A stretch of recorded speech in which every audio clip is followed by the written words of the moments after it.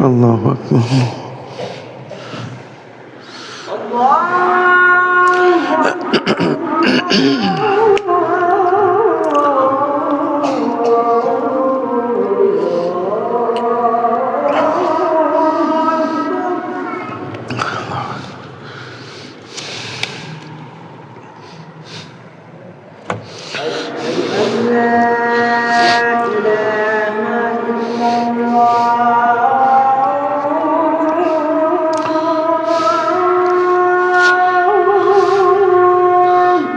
أشهد أن لا إله إلا الله.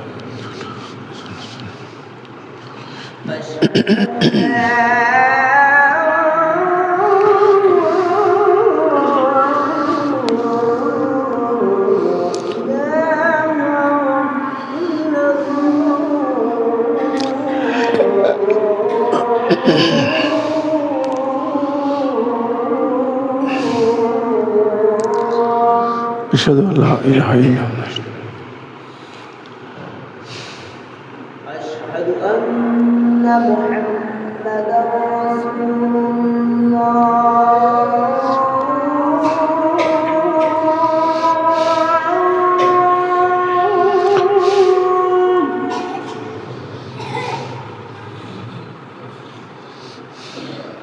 أشهد أن محمدا رسول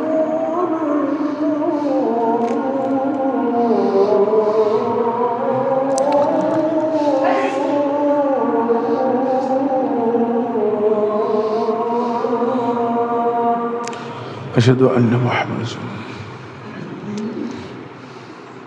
حي على الصلاة.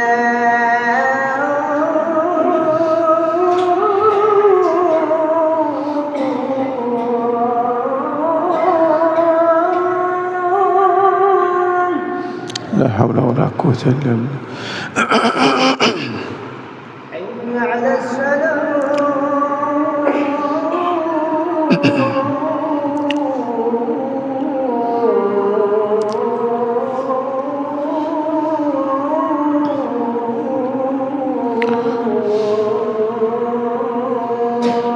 لا حول ولا قوة إلا بالله. حي على الفلاح.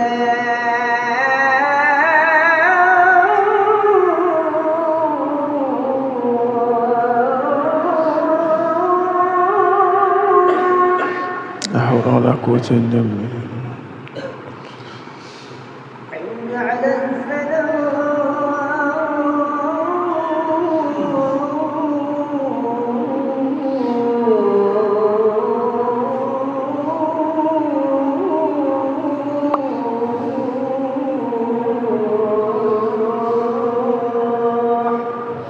لا حول ولا قوة إلا بالله.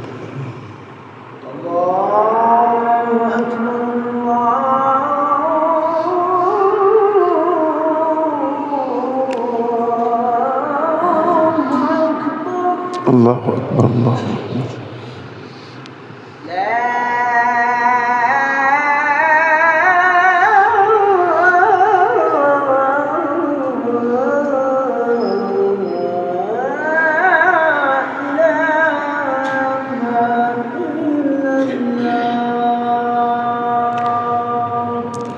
لا إله إلا الله حق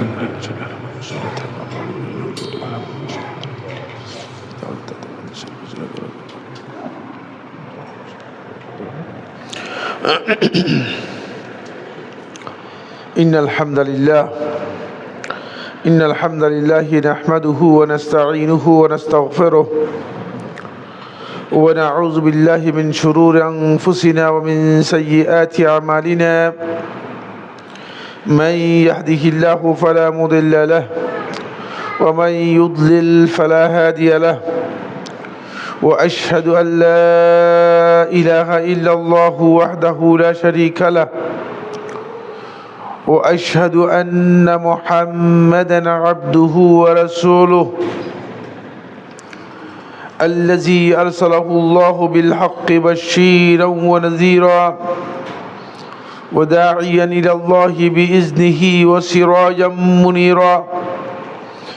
أما بعد فإن أصدق الحديث كتاب الله وخير الهدي هدي محمد صلى الله عليه وسلم وشر الأمور محدثاتها وكل محدثة بدعة وكل بدعة ضلالة وكل ضلالة في النار أو كما قال عليه الصلاة والسلام عباد الله أوصيكم ونفسي بتقوى الله عز وجل فإن تقوى الله سبحانه وتعالى ملاك الحسنات وخير الزاد ليوم المعاد قال الله سبحانه وتعالى في كلامه المجيد يا أيها الذين آمنوا اتقوا الله حق تقاته ولا تموتن إلا وأنتم مسلمون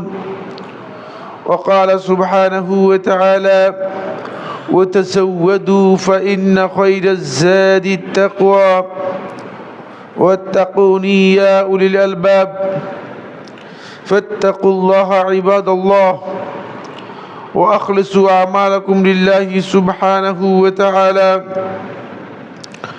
فإن الله سبحانه وتعالى يراقبكم ثم يحاسبكم يوم لا ينفع مال ولا بنون إلا من أتى الله بقلب سليم قال صلى الله عليه وسلم من حديث أنس بن مالك رضي الله تعالى عنه الذي أخرجه البخاري في الصحيح لا يؤمن أحدكم حتى أكون أحب إليه من والده وولده والناس أجمعين সম্মানিত হাজিরিন মুসল্লিয়ানে কেরাম শুরুতেই আমি আমাকে সহ আপনাদেরকে জীবনের প্রত্যেকটি পর্যায়ে প্রত্যেকটি ক্ষেত্রে আল্লাহ রাব্বুল আলামিনের তাকওয়া অবলম্বন করার উপদেশ দিচ্ছি। আল্লাহ তাআলা আমাদের সবাইকে ঘরে বাইরে প্রকাশ্যে জীবনের সকল ক্ষেত্রে আল্লাহ তাআলা তাকওয়া অবলম্বন করার তৌফিক দান করুন। সম্মানিত হাজিরিন, আমরা অত্যন্ত গুরুত্বপূর্ণ একটি বিষয় নিয়ে অনেক লম্বা একটি বিষয় কিছু কথা আপনাদের সাথে শেয়ার করব যেটি খুবই ইম্পর্টেন্ট। কারণ ইদানিং আসলে ধর্মের লেবাসে ইসলামের লেবাসে আমাদের মধ্যে কিছু ফিতনা এমনভাবে ছেয়ে যাচ্ছে, ঢুকে যাচ্ছে, যেগুলোকে আমি আপনি হয়তো ফিতনা মনে করছি না, অথবা এগুলো যে ফিতনা হতে পারে এটাই আমাদের ধারণা নেই। কিন্তু সেই ফিতনা একটা ভয়াবহ রূপ ধারণ করতেছে মুসলমানদের মাঝে। প্রত্যেকটি মানুষের বাহ্যিক দুটি চোখ আছে, আবার অন্তরে দুটি চোখ আছে। কোরআনের মধ্যে বলা আছে যারা শুধু এই চোখ দিয়ে দেখে ওয়ালাকিন তা'মাল ওয়ালাকিন তা'মাল القلوب الابصار في الابصار মানে তাদের ওয়ালাকিন তা'মাল আবসার আল্লাতী ফিল কুলুব, যাদের অন্তরের মধ্যে যে দৃষ্টি বা অন্তরের যে চক্ষু আছে, এই চক্ষু যাদের অন্ধ হয়ে গিয়েছে, এই চোখ দিয়ে যারা দেখে না, তারা অনেকেই আসলে বিষয়গুলো উপলব্ধি করতে পারে না। ফলে এমন কিছু অবস্থা তৈরি হয়েছে,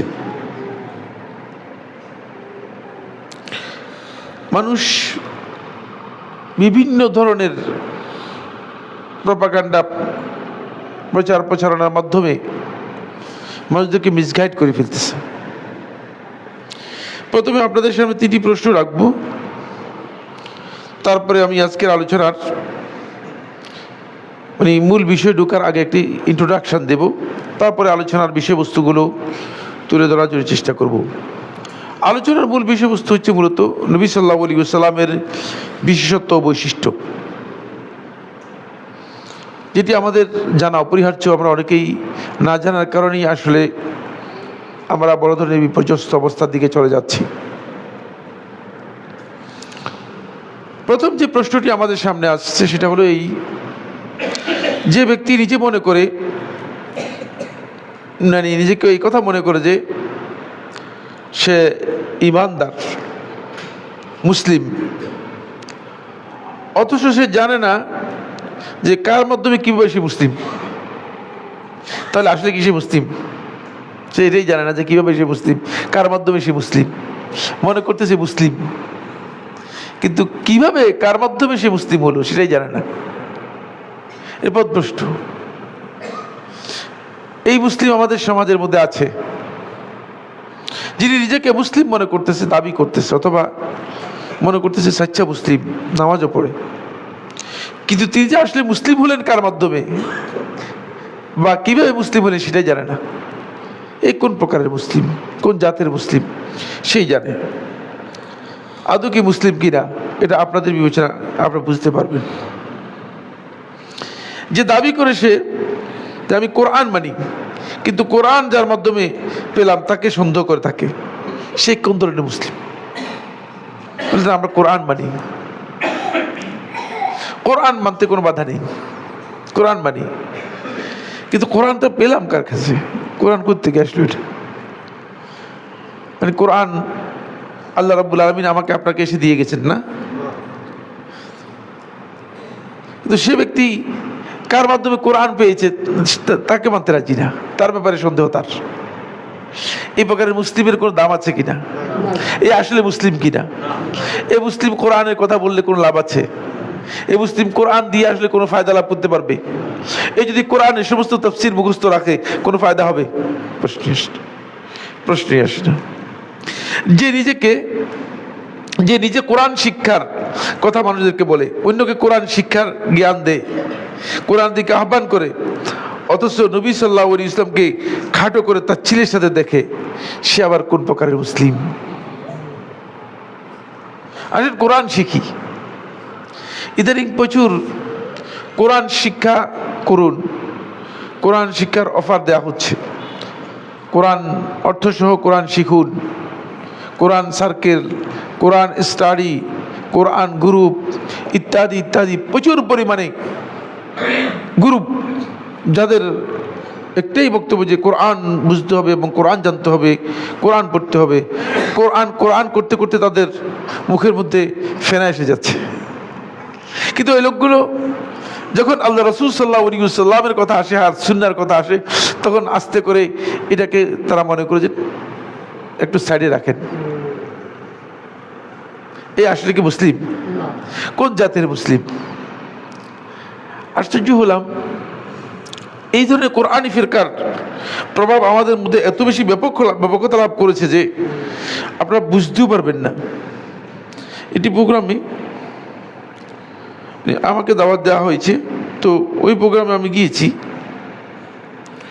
কিছু সংখ্যক লোক উপস্থিত ছিল না যে এমন না, কোরআনী ফিরকার প্রোগ্রাম। তো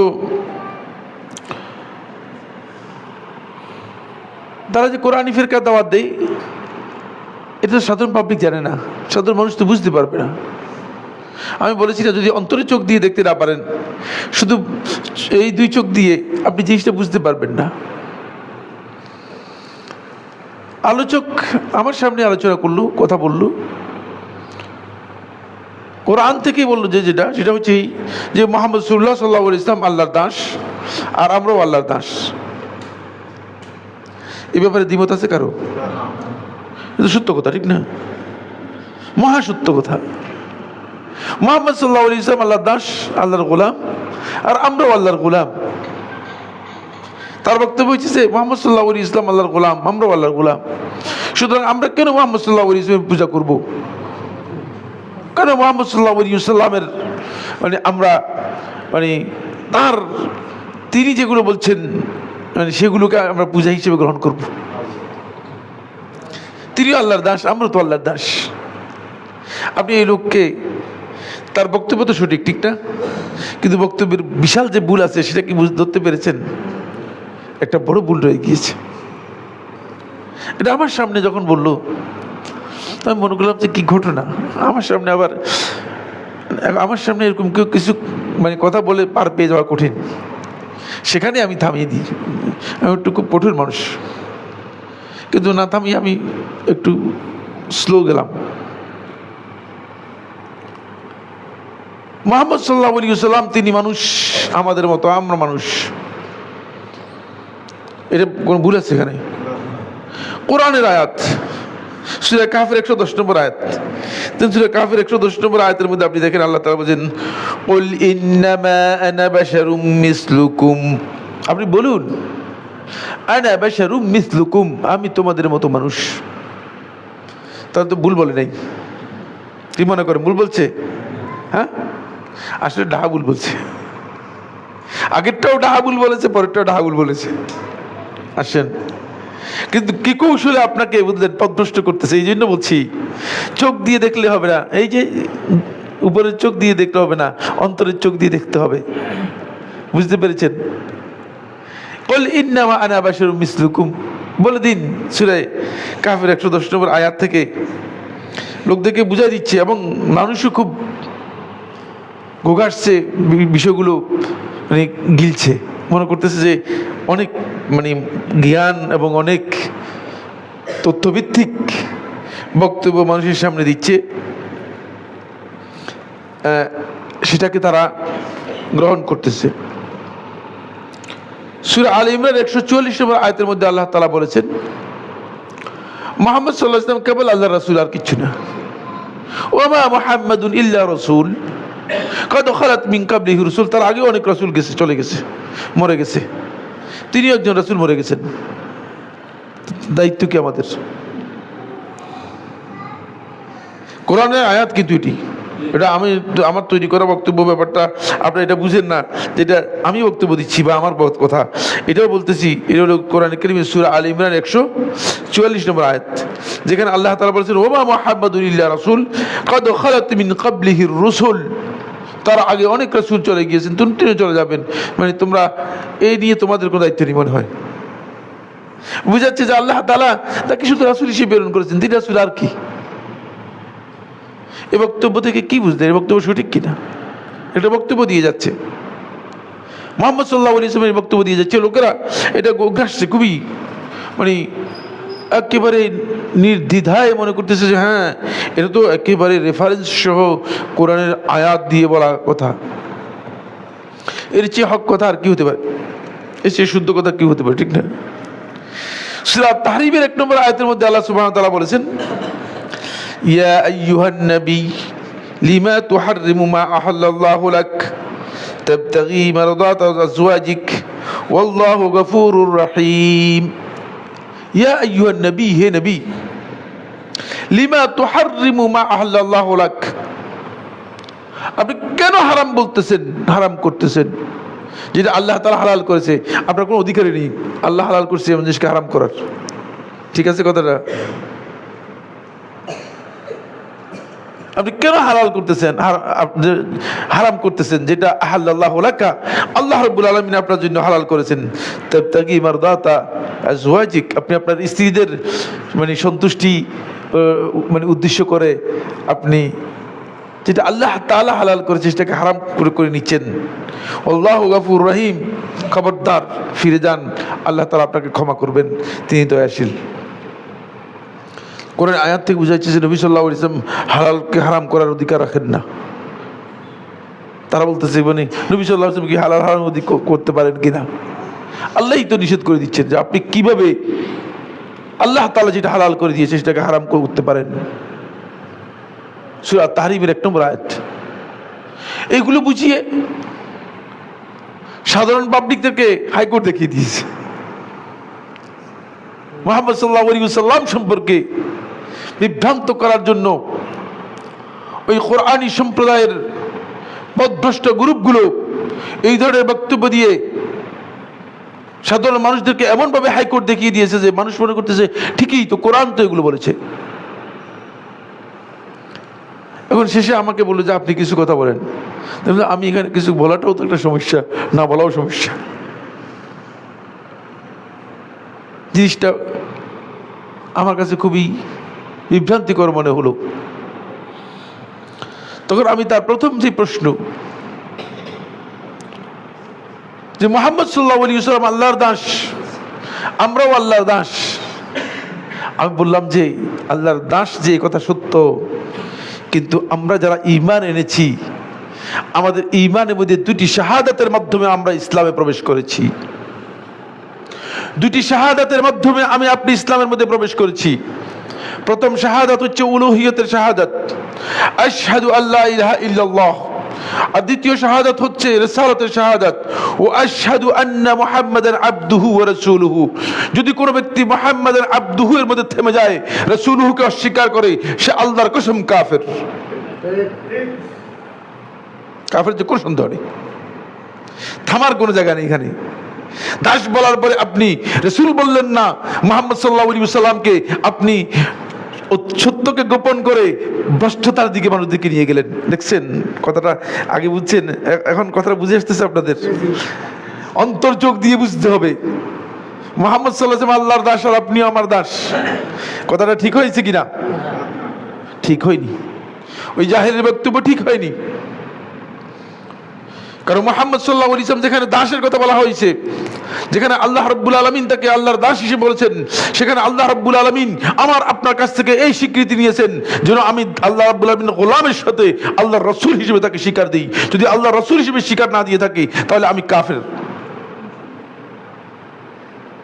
আল্লাহর রাসূলের মানে সবাই কি রাসূল কিনা আপনারা? সুতরাং আলাদা আছে কিনা? অবশ্যই আলাদা একটা দিক আছে, অবশ্যই আলাদা একটা দিক আছে। সুতরাং দেখছেন কৌশল করে একটা অংশ দিয়ে ইহুদি আলেমদের মতো, যতটুকু তার প্রয়োজন, ইহুদি আলেমদের মতো, এই কোরআনি ফিরকার শয়তান গ্রুপগুলো ইহুদি আলেমদের মতো, এই মানে যতটুকু অংশ তাদের প্রয়োজন ততটুকু অংশ কোরআন থেকে নিয়ে সাধারণ মানুষদেরকে বিভ্রান্ত করার জন্য বলতেছে যে হ্যাঁ মুহাম্মদ সাল্লাল্লাহু আলাইহি ওয়াসাল্লাম আল্লাহর দাস, আমরা আল্লাহর দাস। এবং এই বক্তব্য তো আপনারা শোনার পরে আপনারা নিজেরা বলতেছেন যে হ্যাঁ ঠিক আছে, এটা ঠিক আছে, আসলে ঠিক নেই। কারণ আল্লাহর দাসের সাথে যদি আপনি আল্লাহর রাসূল স্বীকার না দেন তাহলে আপনি কাফের থাকবেন, মুসলমান থাকবেন না। এটা আপনাকে স্বীকার করতে হবে। 2 নম্বর বক্তব্য আপনি যে বলেছেন মুহাম্মদ সাল্লাল্লাহু আলাইহি ওয়াসাল্লাম আমাদের মতো মানুষ।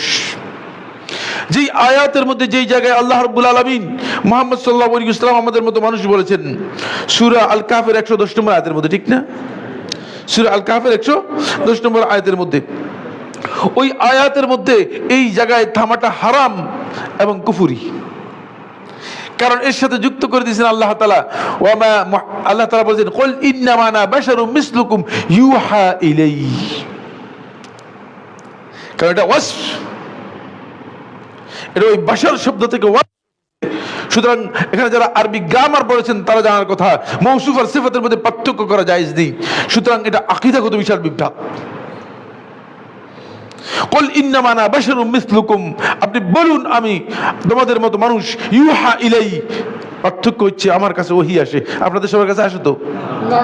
তো তাহলে আপনারা যে এই লোকটা যে বললো যে তিনিও মানুষ আমরাও মানুষ, মানে দেখছেন কিভাবে বিকৃত বক্তব্য দিয়ে পথভ্রষ্ট করতেছে, মুহাম্মদ সাল্লাল্লাহু আলাইহি ওয়াসাল্লাম সম্পর্কে আমাদেরকে পথভ্রষ্ট করতেছে, আল্লাহ রাসূল সাল্লাল্লাহু আলাইহি ওয়াসাল্লাম সম্পর্কে পথভ্রষ্ট করতেছে। কারণ কয়েকদিন যখন আপনার কাছে এরকম এরকম বক্তব্য দিবে, এরপর আপনি যখন আস্তে আস্তে করে কাস্টমাইজ হয়ে যাবেন, যখন আপনি সাইজ হয়ে যাবেন, বুঝতে পেরেছেন কিনা, তখন আপনাকে বলবে যে সুন্নাত তো এগুলো অতিরিক্ত কথা, এগুলো সব মানুষের বানাউট।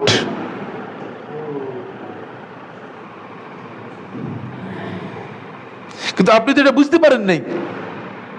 সে যে হককে গোপন করে আপনার সামনে বক্তব্য দিচ্ছে, এটা তো আপনি বুঝতে পারেন নাই। কত বড় পথভ্রষ্ট বিভ্রান্ত হলে সম্ভব চিন্তা করেন। একটি অংশকে পরিপূর্ণরূপে কি করে দিয়েছে, বাদ দিয়ে দিয়েছে। আল্লাহ রাসূলের কাছে ওহী আসে, সেটা তিনি বাদ দিবে কেন? সে কথাটা বলে নেই তো, সেটা বাদ দিয়ে দিয়েছে।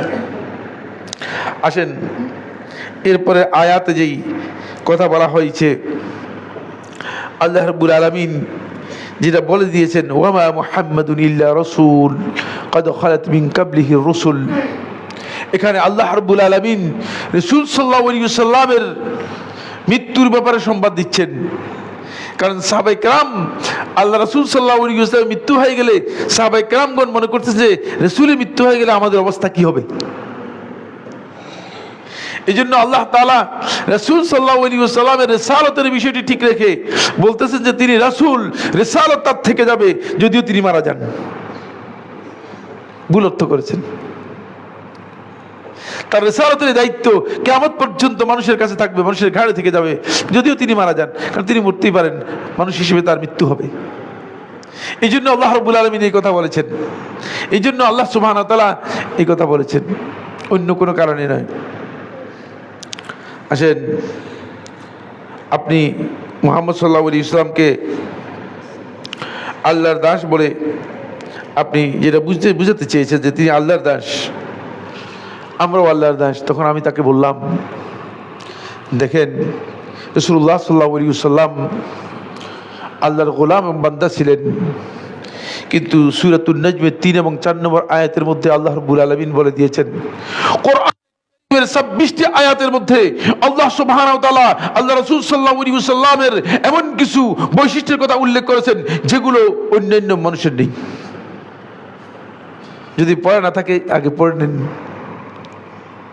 জানা না থাকলে আহলুল ইলমের কাছে গিয়ে জানেন, আন্দাজে বলার চেষ্টা করেন না।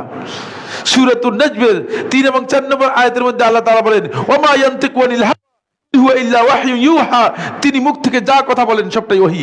আর আপনি আমি বললে ওহী হবে না? হ্যাঁ, তো তাহলে আপনি যে বললেন যে আমাদের মতো মানুষ কোনো সন্দেহ নেই, সৃষ্টিগত দিক থেকে মানুষ কোনো সন্দেহ নেই, কিন্তু তার বক্তব্য যে ওহী, এটা যদি বিশ্বাস না করেন তাহলে আপনি কাফের, কোনো সন্দেহ নেই।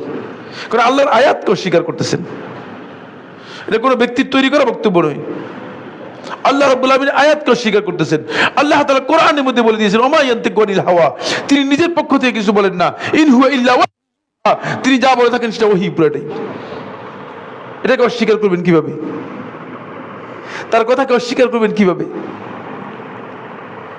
সুতরাং মুহাম্মদ সাল্লাল্লাহু আলাইহি ওয়াসাল্লাম সম্পর্কে আসেন, তিনি মানুষ ছিলেন ঠিকই আছে, আমাদের মতো, তিনি আল্লাহর দাস, এটাও ঠিক আছে। কিন্তু আল্লাহ যখন মুহাম্মদ সাল্লাল্লাহু আলাইহি ওয়াসাল্লামের পরিচয় করে দিচ্ছিলেন, আল্লাহ রাব্বুল আলামিনের একটি নাম হচ্ছে আল আযীম, জানেন কিনা? আল্লাহ তাআলা একটা মহিমান্বিত নামগুলোর মধ্যে একটি নাম হচ্ছে আল্লাহ রাব্বুল আলামিন কি আল আযীম। আর আল্লাহ সুবহানাহু ওয়া তাআলা যখন আল্লাহর কিতাব করে দিয়েছেন তখন বলেছেন ওয়াল কুরআন আল আযীম, কোরআনকে আযীম বলেছেন, মহান বলেছেন, যেহেতু এটা আল্লাহ তাআলার সিফাত। আর যখন রাসূলুল্লাহ সাল্লাল্লাহু আলাইহি ওয়াসাল্লামের চারিত্রিক বৈশিষ্ট্য বর্ণনা করেছেন তখন আল্লাহ রাব্বুল আলামিন পরিচয় করে দিচ্ছেন ওয়া আলা খুলুকিন আযীম, আপনি মহান চরিত্রের উপর অধিষ্ঠিত। দেখছেন? সুতরাং আপনার আমার এই কথা আছে নাকি? না। তো কি কারণ এগুলো বলতেছেন? আপনি যদি কোরআনই মানেন, আসল কথা হচ্ছে আপনি কোরআনও মানেন না, আপনি প্রবৃত্তির অনুসারী। আপনি কোরআনের কথা বলে মানুষদেরকে পথভ্রষ্ট করার জন্য চেষ্টা করছেন, কিন্তু কোরআনে রাসূলুল্লাহ সম্পর্কে যে কথাগুলো বলা আছে সেগুলো একটাও আপনি মানেন না। আল্লাহ রাব্বুল আলামিন কোরআনে আল্লাহর হাবিব সাল্লাল্লাহু আলাইহি ওয়াসাল্লামের পরিচয় করে দিয়েছেন, ওয়া ইন্নাকা লাআলা খুলুকিন আযীম, আপনি মহান চরিত্রের উপর অধিষ্ঠিত। মহান শব্দটা আল্লাহ রাব্বুল আলামিন রাসূলের ক্ষেত্রে ব্যবহার করেছেন।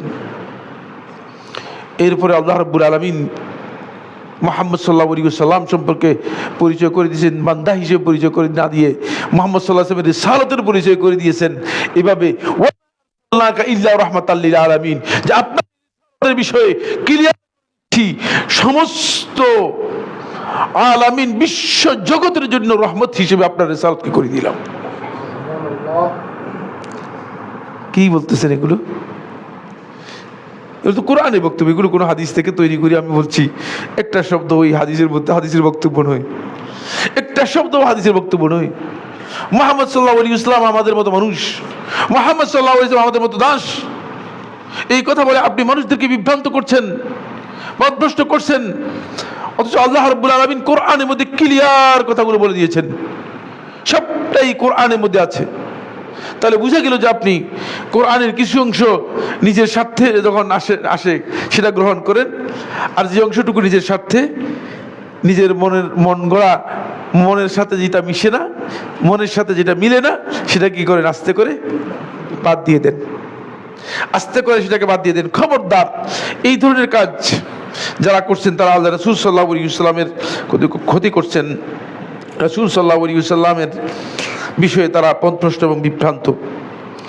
সুবহানাল্লাহ, আল্লাহ সুবহানাহু ওয়া তাআলা আল্লাহর হাবিব সম্পর্কে কোরআনে কারীমের সূরাতুন নাজমের 18 নম্বর আয়াতের মধ্যে বলেছেন, লাকাদ রাআহু মির রাব্বি লাকাদ রাআ মিন আয়াতি রাব্বিহিল কুবরা। তিনি তার রবের বিশাল বিশাল আয়াত নিদর্শনগুলো সবগুলো দেখেছেন। আমরা দেখছি তো সবাই, না? হ্যাঁ? তিনি সিদরাতুল মুনতাহা দেখেছেন, তিনি জান্নাত দেখেছেন, তিনি জাহান্নাম দেখেছেন, তিনি 7 আসমান পুরোটাই দেখেছেন, 7 আসমান পুরোটাই দেখেছেন। তিনি বুরাক দেখেছেন, তিনি বুরাক দেখেছেন। তিনি সমস্ত নবীরা যারা আগে ছিল তাদের সবাইকে দেখেছেন, তাদের সবাইকে। আপনারা সবাই দেখছেন তো, না? তাহলে আপনারা যে বলতেছেন এটা আল্লাহর কোরআনের বক্তব্য দেখছেন। আল্লাহ রাব্বুল আলামিন মুহাম্মদ সাল্লাল্লাহু আলাইহি ওয়াসাল্লামকে এগুলো দেখিয়েছেন। এমনকি জিবরিল আমিন আলাইহিস সালাতু ওয়াসসালামকে সরাসরি জিবরিল আমিন আলাইহিস সালাতু ওয়াসসালামকে আল্লাহ রাব্বুল আলামিন যেই অবয়ব দিয়ে সৃষ্টি করেছেন, সেই অবয়বে আল্লাহর হাবিব মুহাম্মদ রাসূলুল্লাহ সাল্লাল্লাহু আলাইহি ওয়াসাল্লাম 2 বার দেখেছেন। ওয়ালাকাদ রাআহু নাজলাতান উখরা ইনদা সিদরাতিল মুনতাহা ইনদাহা জান্নাতুল মাওয়া। কোরআনের মধ্যে স্পষ্ট এসেছে তিনি দেখেছেন। তা আমি আপনি দেখছি এগুলা? হ্যাঁ, তাহলে কিভাবে আপনি মানে একই পাল্লায় নিয়ে এসে ওজন করতেছেন, আবার মানুষদেরকে পথভ্রষ্ট করার জন্য চেষ্টা করতেছেন, মানুষদেরকে বিভ্রান্ত করার জন্য চেষ্টা করতেছেন? এই পাল্লায় আপনাকে মাপতে বলছে কে? এই পাল্লায় নিয়ে এসে আপনি মুহাম্মদ সাল্লাল্লাহু আলাইহি ওয়াসাল্লামকে মাপতেছেন। সুবহানাল্লাহ। সাহাবায়ে কেরাম কিভাবে আল্লাহ রাসূলকে দেখেছেন একটা উদাহরণ দিই, তারপরে আমি এগুলো হচ্ছে ভূমিকা, বুঝতে পেরেছেন? আলোচনার ভূমিকাতেই সম্ভবত আপনার টাইম শেষ হয়ে যাবে। তো তারপরে আলোচনায় ঢুকতে পারবো কি আমি সেটা জানি না। রাসূলুল্লাহ সাল্লাল্লাহু আলাইহি ওয়াসাল্লাম তিনি মানুষ ছিলেন, তিনি দিনের পর দিন একাধারে সিয়াম পালন করতেন, খেতেন না। এটাকে বিসাল বলা হতো, সাওমুল বিসাল বলা হতো। 2 দিন 3 দিন আপনি দেখি 3 দিন 4 দিন না খেয়ে আপনি থাকেন, তো আপনার অবস্থাটা কি হবে? শোয়া থেকে উঠতে পারবেন? হ্যাঁ, অনেকে আছে তো তাকে উঠাই দিলে দাঁড়াতে পারবে না, এই অবস্থা হয়ে যাবে। কিন্তু তিনি দিনের পর দিন সিয়াম পালন করতেন। সাহাবায়ে কেরামদের মধ্যে কেউ কেউ মনে করলেন যে রাসূলুল্লাহ সাল্লাল্লাহু আলাইহি ওয়াসাল্লাম করেন, দেখি আমরাও করি দেখি। কিন্তু দেখলেন যে অবস্থা খারাপ, সম্ভব নয়। তখন সাহাবায়ে কেরামরা আয়েশা রাদিয়াল্লাহু তাআলা বর্ণনা করেন, তিনি বলেন আল্লাহ রাসূলের কাছে গিয়ে জিজ্ঞেস করেন যে আল্লাহ রাসূল, আপনি যে করতেছেন আমরা করতে তো পারতেছি না। তখন আয়েশা রাদিয়াল্লাহু তাআলা বলেন, নাহাহুমুন নবী সাল্লাল্লাহু আলাইহি ওয়াসাল্লাম আনিল বিসাল। নবী সাল্লাল্লাহু আলাইহি ওয়াসাল্লাম তাদেরকে বলে, খবরদার তোমরা বিসাল করো না, তোমরা এটা করতে পারবে না, তোমরা এটা করো না। রাসূলুল্লাহ সাল্লাল্লাহু আলাইহি ওয়াসাল্লাম নিষেধ করে দিলেন, কিন্তু রাসূলুল্লাহ সাল্লাল্লাহু আলাইহি ওয়াসাল্লাম করতেন। হাসই হাদিস দ্বারা সাব্যস্ত হয়েছে আল্লাহ রাসূল সাল্লাল্লাহু আলাইহি ওয়াসাল্লাম করতেন। বুখারী হাদিস নম্বর বলে দিচ্ছি, বাসায় গিয়ে দেখে নিন 1966, মুসলিম হাদিস নম্বর 1103, আরো হাদিসের কিতাবের মধ্যে রয়েছে, দেখে নিবেন বাসায় গিয়ে। রাসূলুল্লাহ সাল্লাল্লাহু আলাইহি ওয়াসাল্লাম সাহাবায়ে কেরামদেরকে বিশাল নিষেধ করলেন। দেখলেন যে সাহাবায়ে কেরাম যদি এটা করে তাহলে তারা কষ্টের মধ্যে পড়ে যাবে এবং তাদের জন্য বিপদ হয়ে যাবে, সমস্যা হয়ে যাবে। এরপরে রাসূলুল্লাহ সাল্লাল্লাহু আলাইহি ওয়াসাল্লাম বললেন, সাহাবায়ে কেরাম নিজেদের আগ্রহের জন্য যেহেতু রাসূলকে ভালোবাসেন, ভালোবাসার জায়গাটুকু এমন পর্যায়ে যে আল্লাহ রাসূল সাল্লাল্লাহু আলাইহি ওয়াসাল্লাম করতেছে, আমরা যদি করতে পারতাম। ফলে বললেন, ক্বালু ইয়া রাসূলুল্লাহ, সাহাবায়ে কেরাম বললেন, হে আল্লাহ রাসূল সাল্লাল্লাহু আলাইহি ওয়াসাল্লাম, ইন্নাকা তুওয়াসিল, আপনি তো করতেছেন, আমাদেরকে নিষেধ না করে আমাদেরকে একটু যদি সুযোগ দেন, কষ্ট হোক না আমাদের, তারপরেও আমরা আপনার অনুসরণ করলাম, আপনি একটু আমাদেরকে অন্তপক্ষে এতটুকু সুযোগ দেন। ক্বালা, খুব ভালো করে খেয়াল করুন, বুখারী ও মুসলিমের হাদিস। ওই জাহিলদেরকে এটা জানিয়ে রাখা দরকার, কোরআনের আয়াতের সাথে আল্লাহ রাসূল সাল্লাল্লাহু আলাইহি ওয়াসাল্লামের বক্তব্যগুলো ক্লিয়ার। সাহাবায়ে কেরাম কিভাবে দেখেছেন? ক্বালা আন্নী লাস্তু কাহাইয়াতিকুম, আমি স্বাভাবিকভাবে তোমরা আমাকে যেভাবে দেখতেছো এই অবস্থার উপর আমি নই। আমার অবস্থানটা এমন নয় যে অবস্থান তোমরা দেখছো। ইন্নী আবিতু, আমি রাত্রি যাপন করি। ইউতঈমুনি রাব্বি ওয়া ইয়াসকিনি, আমার রব আমাকে খাবার খাওয়ান, আমার রব আমাকে পান করান। ও আপনাকে খাওয়ান তো না, আপনাকে পান করান তো। তো কি বললেন এগুলো? ইউতঈমুনি রাব্বি ওয়া ইয়াসকিনি, আমি এই জন্যই একাধারে দিনের পর দিন সিয়াম পালন করতে পারি, কারণ যেহেতু আমার রব আমাকে রাত্রে খাবান, আমার রব আমাকে রাত্রে পান করান। সুতরাং রাসূলুল্লাহ সাল্লাল্লাহু আলাইহি ওয়াসাল্লাম মানুষ ছিলেন। রাসূলুল্লাহ সাল্লাল্লাহু আলাইহি ওয়াসাল্লাম এই বিষয়গুলো আপনার জানা আছে কিনা? কথা বলছেন যে রাসূল সাল্লাল্লাহু আলাইহি ওয়াসাল্লাম দাস, আমরাও দাস। কথা বলার আগে তো আপনাকে এটা বুঝতে হবে। আল্লাহ রাসূল সাল্লাল্লাহু আলাইহি ওয়াসাল্লাম স্পষ্ট করে দিয়েছেন যে আমার আল্লাহ রাব্বুল আলামিন আমাকে খাওয়ান এবং আমাকে পান করান। কিন্তু আপনাদের কাকে কাকে পান করাচ্ছেন, কাকে কাকে খাওয়াচ্ছেন আপনারাই ভালো জানেন, আমি জানি না। আসেন সাহাবায়ে কেরাম আল্লাহ রাসূল সাল্লাল্লাহু আলাইহি ওয়াসাল্লাম কিভাবে দেখেছেন। এই হাদিসটি সহিহ মুসলিম, সহিহ বুখারী ও মুসলিমের মধ্যে এসেছে। বুখারী হাদিস নম্বর 1147, মুসলিম হাদিস নম্বর 738, আবু দাউদ হাদিস নম্বর 1341, তিরমিজি হাদিস নম্বর 439, এবং সবাই বর্ণনা করেছে, সহিহ সনদে এসেছে। খুব ভালো করে খেয়াল করুন, রাসূলুল্লাহ সাল্লাল্লাহু আলাইহি ওয়াসাল্লাম মানুষ ছিলেন, আমরাও মানুষ। কিন্তু কি বলেছেন দেখেন। আয়েশা রাদিয়াল্লাহু তাআলা বর্ণনা করেন, তিনি বলেন قال রাসূলুল্লাহ সাল্লাল্লাহু আলাইহি ওয়াসাল্লাম, রাসূলুল্লাহ সাল্লাল্লাহু আলাইহি ওয়াসাল্লাম বললেন, যখন আমি জিজ্ঞেস করলাম আল্লাহ রাসূল সাল্লাল্লাহু আলাইহি ওয়াসাল্লামকে, যে আল্লাহ রাসূল সাল্লাল্লাহু আলাইহি ওয়াসাল্লাম, আমি দেখতে পাই যে আপনি ঘুমান, আবার দেখতে পাই যে আপনি সালাত আদায় করেন। তখন রাসূলুল্লাহ সাল্লাল্লাহু আলাইহি ওয়াসাল্লাম বললেন, ইন্না আইনাইয়া তানামানি ওয়া লা ইয়ানামু কলবি। আয়েশা, জেনে রাখো আমার এই দুই চোখ ঘুমায় আর আমার অন্তর ঘুমায় না। সুবহানাল্লাহ। কি আপনাদের কি অবস্থা? আপনাদের ঘুমানোর পরে তো জাগানোই যায় না। এক ভাইয়ের সাথে দেখা হয়েছিল, বলছিল যে মানে জাগানোর জন্য শেষ পর্যন্ত ফায়ার সার্ভিস দিয়ে আসতে হয়েছে ঘুম থেকে জাগানোর জন্য। বুঝতে পেরেছে? আর কিছু না, মানে এমনি ঘুমাই গেছে, যে এমন ঘুমাই গেছে শেষ পর্যন্ত মানে ভেঙ্গে ফায়ার সার্ভিস দিয়ে তারপর জাগাতে হয়েছে। আপনার ঘুমাই তো আপনার খবর নেই, অন্তরেরও খবর নেই, কাপড়েরও খবর নেই। কিন্তু আল্লাহ রাসূল সাল্লাল্লাহু আলাইহি ওয়াসাল্লাম ক্লিয়ার করে দিয়েছেন, আমার এই দুই চোখ ঘুমায় কিন্তু আমার অন্তর ঘুমায় না। তাহলে আপনি যে বললেন আমাদের মতো মানুষ, এটা ঠিক আছে তো? মানুষ কোনো সন্দেহ নেই, সৃষ্টিগতভাবে তিনি মানুষ, কিন্তু তার বিশেষত্ব রয়েছে, তার বিশেষত্বের বিষয়গুলো জ্ঞান রাখতে হবে। এই জ্ঞান নেই, অবশ্যই তারা পথভ্রষ্ট, বিভ্রান্ত, কোনো সন্দেহ নেই। আর এর মাধ্যমে আপনি আল্লাহ রাসূল সাল্লাল্লাহু আলাইহি ওয়াসাল্লামের হাদিস এবং সুন্নাহকে অস্বীকার করার একটা পায়তারা করতেছেন। মানুষদেরকে বোঝানোর জন্য চেষ্টা করতেছেন যে রাসূল সাল্লাল্লাহু আলাইহি ওয়াসাল্লামের হাদিসের এত কি গুরুত্ব রয়েছে। সাহাবায়ে কেরাম আল্লাহ রাসূল সাল্লাল্লাহু আলাইহি ওয়াসাল্লাম কিভাবে দেখেছেন দেখেন। সুবহানাল্লাহ। এরপরের এই কথা আলোচনার মাধ্যমে ভূমিকা শেষ হয়ে যাবে। এটাও সহিহ হাদিস। উম্মে সুলাইম বিনতে মিলহান, তিনি জান্নাতে সুসংবাদ প্রাপ্তা নারীদের একজন। তারা দুই বোন নিয়ে জান্নাতে সুসংবাদ পেয়েছেন। উম্মে হারাম বিনতে মিলহান এবং উম্মে সুলাইম বিনতে মিলহান, এই দুই বোন জান্নাতে সুসংবাদ প্রাপ্তা মহিলাদের মধ্যে দুইজনই, তারা দুই বোন।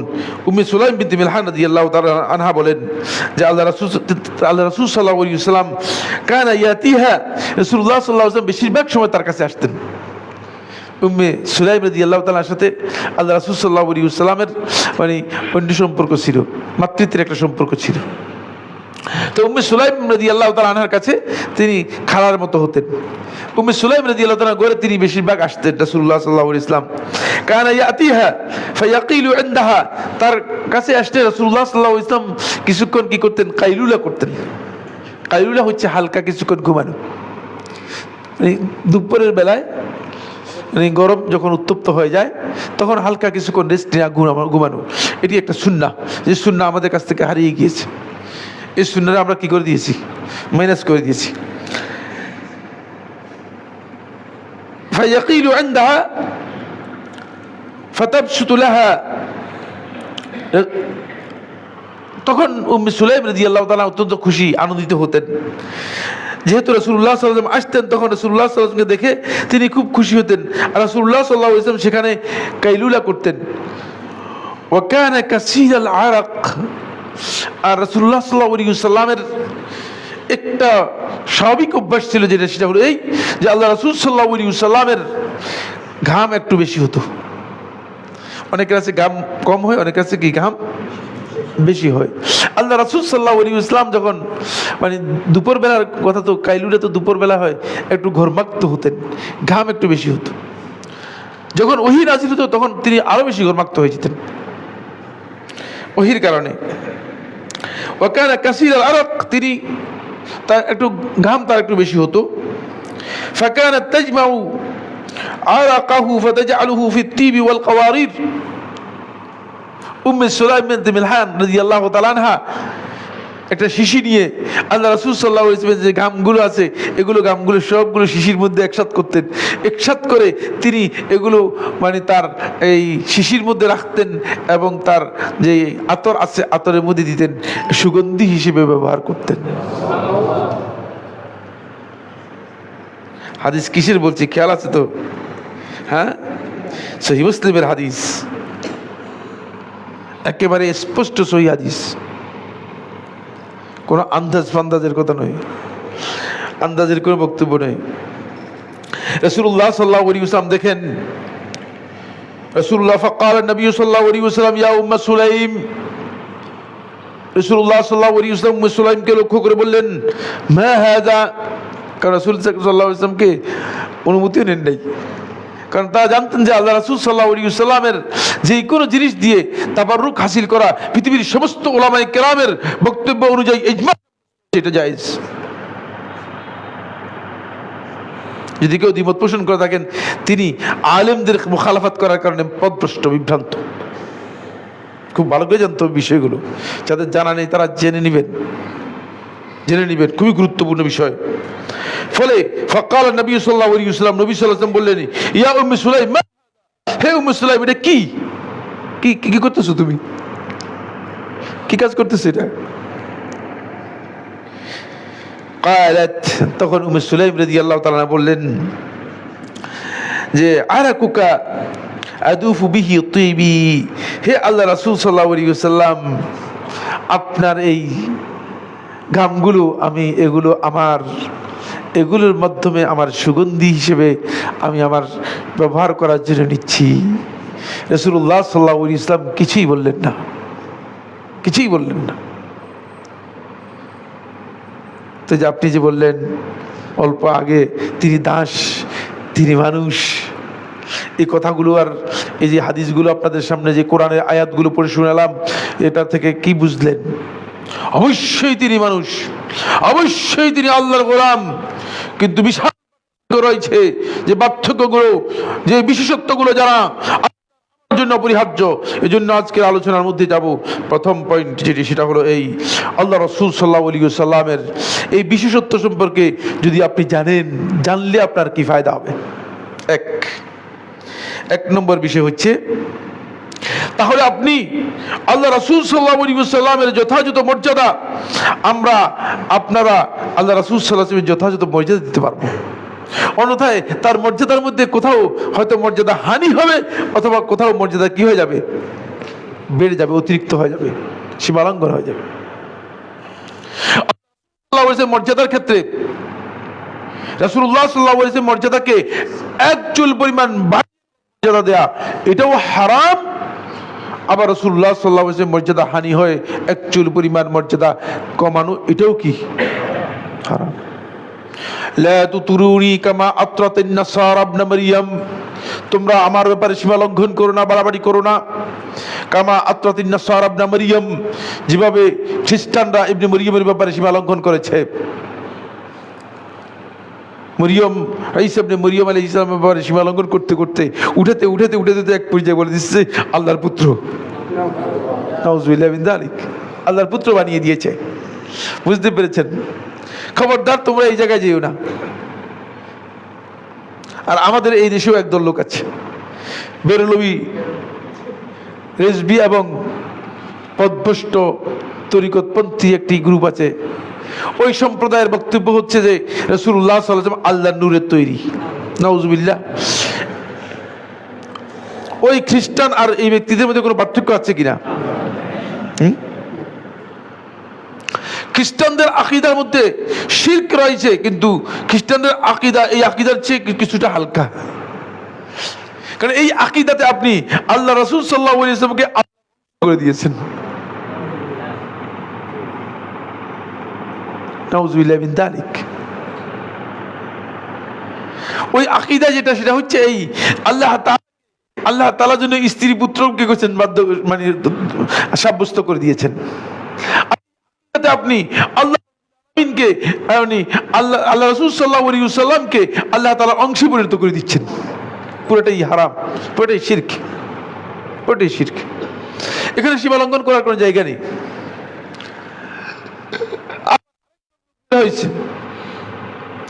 আল্লাহ রাসূল সাল্লাল্লাহু আলাইহি ওয়াসাল্লামকে মানে তারা এমন ভাবে জেফা, রাসূলুল্লাহ সাল্লাল্লাহু আলাইহি ওয়াসাল্লামের প্রতি তাদের এমন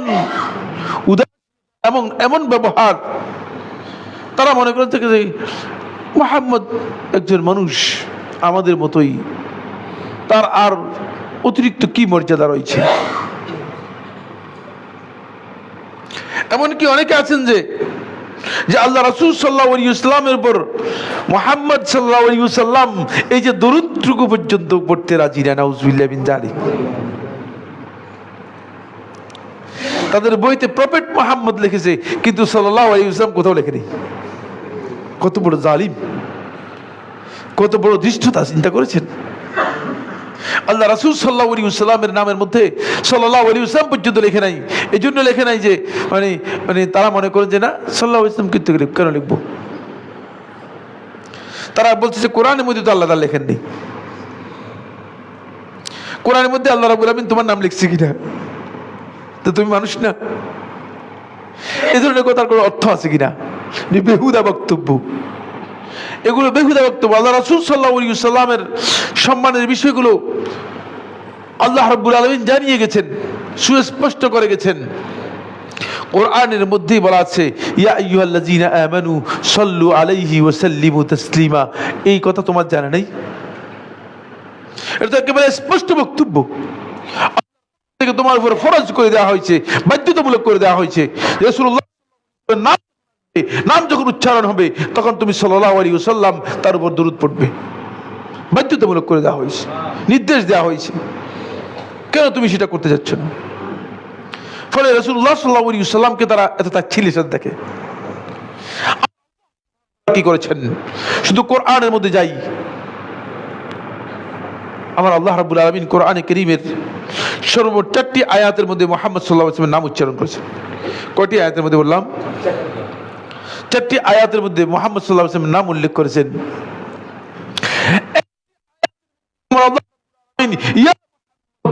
হে মুহাম্মদ, এই নামে আল্লাহ তাআলা ডাকেননি। এবার গিয়ে কোরআন শরীফ পড়ে দেখেন, দেখি আমার সাথে কথা বলেন। আমার আল্লাহ রাব্বুল আলামিন ডাকতে পারতেন, কারণ তিনি ছিলেন খালিক সুবহানাহু ওয়া তাআলা। মাখলুককে আল্লাহ রাব্বুল আলামিন যেভাবে খুশি ভাবে ডাকতে পারতেন। ইয়া মূসা, মূসাকে এভাবে ডেকেছে, কোরআনের মধ্যে আছে। কিন্তু আমার আল্লাহ কোরআন যে জায়গায় জায়গায় মুহাম্মদ সাল্লাল্লাহু আলাইহি ওয়াসাল্লাম 4টি জায়গায় কোথায় এই শব্দ উল্লেখ করেন নেই। সর্বপ্রথম যখন তখন আল্লাহ রাব্বুল আলামিন আল্লাহ রাসূল সাল্লাল্লাহু আলাইহি ওয়াসাল্লামকে যে নামে ডাক দিয়েছেন, এটা এত আদরের নাম। ইয়া আইয়ুহাল মুদ্দাসসির কুম ফাআনদির ওয়া সিয়াবাকা ফাতাহহির। দেখছেন কি সুন্দর ভাবে বলতে, ইয়া আইয়ুহাল মুদ্দাসসির। তিনি একটা সুন্দর চাদর পেঁচিয়ে ঘুমিয়ে আছেন, তখন আল্লাহ রাব্বুল আলামিন এভাবে ডাকতেছেন যে হে চাদর পেঁচে শুয়ে আছেন এই ব্যক্তি, আপনি কুম, উঠেন, জাগেন, এখন একটু জাগেন। জাগতে নির্দেশ দিলেন। ইয়া আইয়ুহাল মুদ্দাসসির। দেখছেন নামের মধ্যে, ডাকার মধ্যে মানে আল্লাহ তাআলা দেখেন কি ধরনের অবস্থা রয়েছে। আল্লাহ রাব্বুল আলামিন কিভাবে ডেকেছেন। সুতরাং যদি আপনি আল্লাহ রাসূল সাল্লাল্লাহু আলাইহি ওয়াসাল্লামের বিশেষত্ব সম্পর্কে জানেন, তাহলে আপনি আল্লাহ রাসূলের যথাযথ মর্যাদা দিতে পারবেন। 2, তার অন্তরে জাগ্রত হবে। রাসূল সাল্লাল্লাহু আলাইহি ওয়াসাল্লাম সম্পর্কে আজকে যে বিষয়গুলো আপনারা জানলেন, এতে আপনাদের কি আল্লাহ রাসূলের জন্য ভালোবাসা অন্তরের মধ্যে জাগ্রত হয়নি? আমি তো মনে করি যদি সত্যিকার ইমানদার হয়ে থাকে, মুনাফিক থাকে, তার অন্তরের মধ্যে অবশ্যই আল্লাহ রাসূলের প্রতি ভালোবাসা জাগ্রত হবে। আর যাদের অন্তরের মধ্যে মুনাফিকি রয়েছে, তারা কোনোদিন আল্লাহ রাসূলের ভালোবাসা অন্তরের মধ্যে ফিল করবে না। মুনাফিক রাসূলুল্লাহ সাল্লাল্লাহু আলাইহি ওয়াসাল্লামের জন্য ভালোবাসা ফিল করবে না, বরং তাদের কাছে এটা উপহাসের বিষয় মনে হবে, এটা ঠাট্টার বিষয় মনে হবে। সত্যিকার ঈমান বিষয়গুলো যেগুলো আলোচনা করলাম, এগুলোই যথেষ্ট শুধুমাত্র রাসূলুল্লাহ সাল্লাল্লাহু আলাইহি ওয়াসাল্লাম বিশেষত আলোচনা করার জন্য। কিন্তু আমরা এই পর্যন্ত এখানে দেখেন যে সর্বমোট 16 পৃষ্ঠা আমাদের নোট রয়েছে। 16 পৃষ্ঠা নোটের মধ্যে এক পৃষ্ঠাতেও যায়নি, এক লাইনও যায়নি এখনো। আলোচনা এখন এক লাইন পর্যন্ত যায়নি, আলোচনা মাত্র শুরু, মানে আলোচনা শুরু করেছি। 2 নম্বর পয়েন্ট আলোচনা করলাম, 3 নম্বরে আলোচনা। 3 নম্বর হচ্ছে, আমরা যদি সাল্লাল্লাহু আলাইহি ওয়াসাল্লাম সম্পর্কে জানতে পারি, তাহলে ও সম্মান ক্ষুণ্ণ হয় এমন কিছু আমরা বলবো না এবং করব না। তার সম্মান মর্যাদা ক্ষুণ্ণ হয় এমন কিছু করব না। কারণ আপনি দাস শব্দটা সুন্দর শব্দ তো না, ভালো লাগছে আপনাদের কাছে? যদি শব্দের অর্থ সঠিক, কিন্তু সুন্দর নয়। যেমন আপনি একজন ব্যক্তিকে দেখা হলো, খুব কাছের মানুষ, বলছে ভাই আপনি আসলে একটা ভালো মানুষ, আপনি চুরি করেন না। কি প্রশংসা করছেন? হ্যাঁ, সেই লোকটা মারলে আপনাকে থাপ্পড় মেরে আপনার কাছ থেকে সরে যাবে, বিয়াদব। আর কোনো কথা বাঁচতে, প্রশংসার শব্দ আছে, প্রশংসার জন্য আছে। সুতরাং রাসূলুল্লাহ যেটা প্রযোজ্য নয়, এই ধরনের সাল্লাল্লাহু আলাইহি ওয়াসাল্লামের শানে সাহাবায়ে কেরাম করেন নাই। সুবহানাল্লাহ। যখন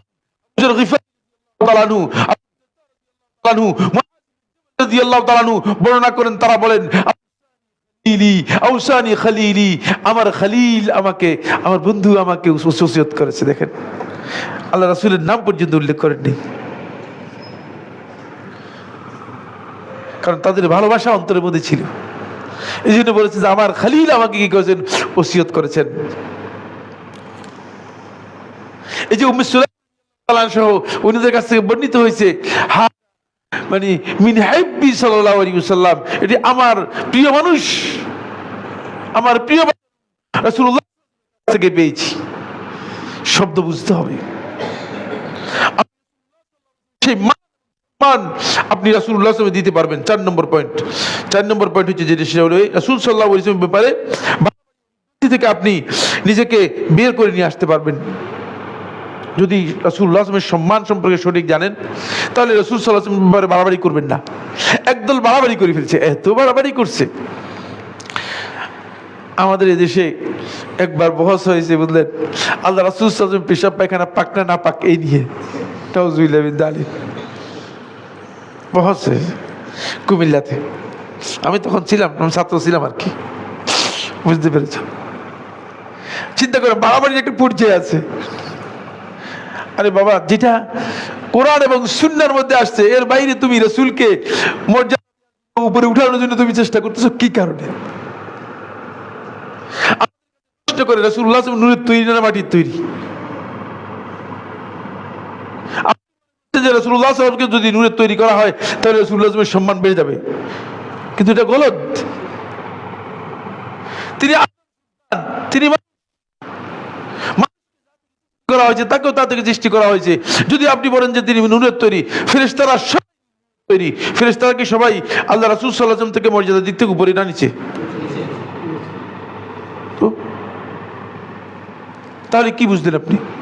তাহলে তো আপনি সম্মান কমাই দিলেন। আপনি বুঝেন নেই।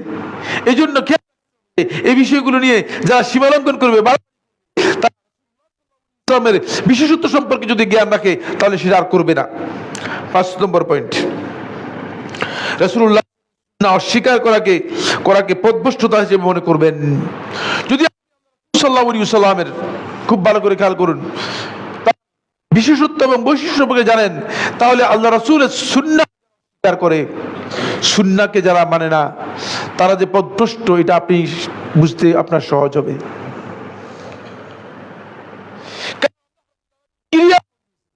فلا وربك لا يؤمنون حتى يحكموك فيما شجر بينهم। একেবারে ক্লিয়ার বক্তব্য। আল্লাহ তাআলা বলেন, না, আপনার রবের কসম, তারা যতক্ষণ পর্যন্ত তাদের মধ্যে বিবাদমান বিষয়ে হিসেবে ফয়সালাকারী হিসেবে গ্রহণ না করবে। তো ফয়সালাকারী হিসেবে গ্রহণ করতে হলে রাসূলকে মানতে হবে কিনা? রাসূলের সুন্নাহ বাদ দিয়ে ফয়সালা করতে পারবেন কিনা? প্রশ্নই আসে না। সুতরাং যে সমস্ত ভাইরা আজকে সুন্নাহ অস্বীকারীদের পিছনে পিছনে দৌড়াচ্ছেন, আর কোরআন হবে, এটা ভালো কথা, slogan very good, very nice, বুঝলেন না, ভেরি অ্যাট্রাকটিভ।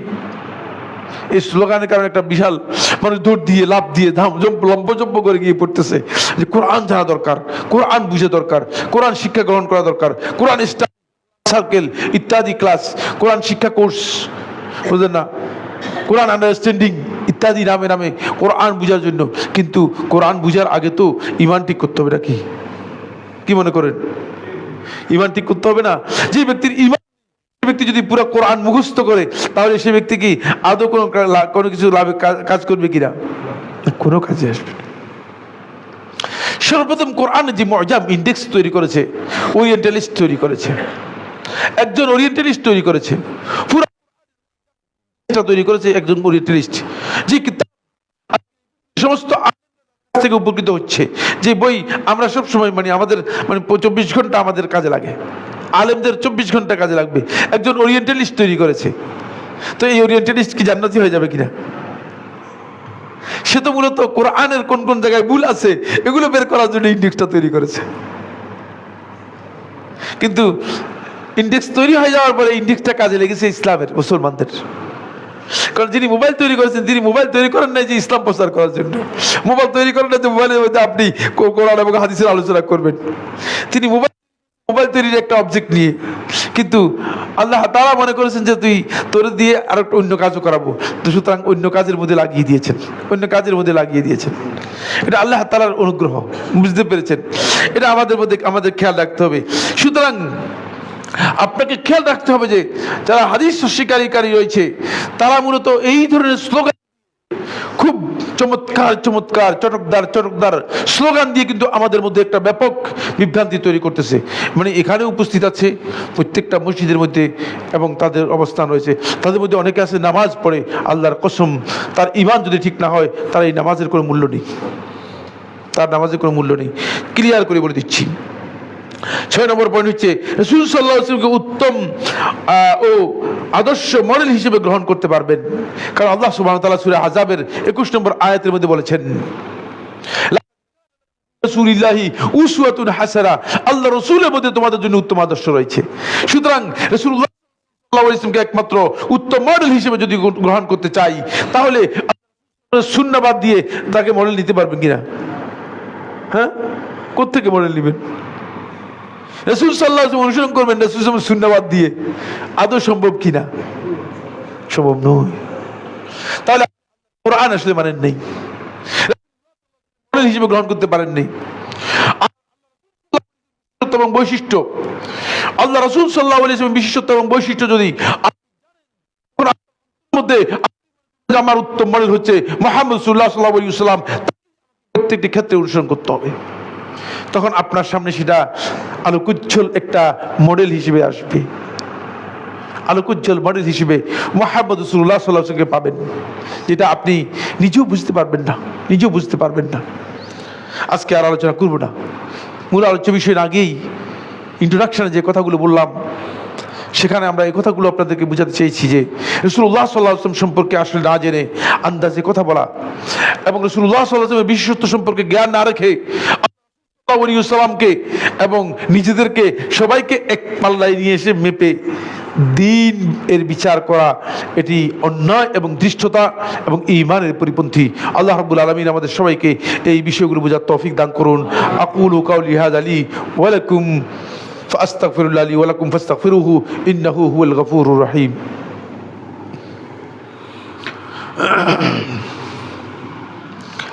আলহামদুলিল্লাহ আলহামদুলিল্লাহ আলা ইহসানিহি والشكر له على توفيقه وامتنانه واشهد ان لا اله الا الله وحده لا شريك له تعظيما لشانه واشهد ان محمدا عبد الله ورسوله الداعي الى رضوانه وعلى اله واصحابه واخوانه عباد الله رحمكم الله ان الله امركم بامر كريم الا وهو الصلاه والسلام على نبيه الكريم فقال في محكم التنزيل ان الله وملائكته يصلون على النبي يا ايها الذين امنوا صلوا عليه وسلموا تسليما اللهم صل على محمد وعلى ال محمد كما صليت على ابراهيم وعلى ال ابراهيم في العالمين انك حميد مجيد وبارك اللهم على محمد وعلى ال محمد كما باركت على ابراهيم وعلى ال ابراهيم في العالمين انك حميد مجيد وارض اللهم عن الخلفاء الراشدين الائمه المهديين ابي بكر وعمر وعثمان وعلي وعن سائر اصحاب محمد صلى الله عليه وسلم اجمعين اللهم اعز الاسلام والمسلمين اللهم انصر عبادك الموحدين في كل مكان اللهم انصر عبادك الموحدين في كل مكان رب العالمين মেহেরবানি করে আমাদের মধ্যে যারা বিপদগ্রস্ত অসুস্থ সমস্যাগ্রস্ত ঋণগ্রস্ত আছে মেহেরবানি করে তাদের বিপদ সমস্যা ঋণ সব কিছু দূর করে দিন রব্বুল আলামিন। রব্বুল আলামিন আমাদের সবাইকে দ্বীনের উপর ইস্তেকামত দান করুন।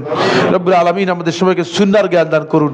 রব্বুল আলামিন আমরা যাতে করে রাসূলুল্লাহ সাল্লাল্লাহু আলাইহি ওয়াসাল্লামের শান ও মান রক্ষা করে আল্লাহ রাসূল সাল্লাল্লাহু আলাইহি ওয়াসাল্লামের সুন্নাহ অনুসরণ করতে পারি সেই তৌফিক আমাদেরকে দান করুন। রব্বুল আলামিন যে সমস্ত ফিতনা আমাদের সমাজের মধ্যে নতুন করে ব্যাপকভাবে আমাদের সমাজের মধ্যে ছেয়ে যাচ্ছে বিস্তার লাভ করতেছে তার মধ্যে কঠিন একটি ফিতনা হচ্ছে কোরআনী ফিতনা।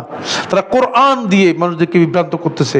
রব্বুল আলামিন মেহেরবানি করে এই কোরআনী ফিতনা থেকে আমাদের সবাইকে হেফাজত করুন এবং কোরআনী ফিতনার যে সমস্ত ভয়াবহ বক্তব্য আছে সেগুলো যেন আমাদের কোনোভাবে আক্রান্ত করতে না পারে আমাদেরকে সেখান থেকে হেফাজত করুন।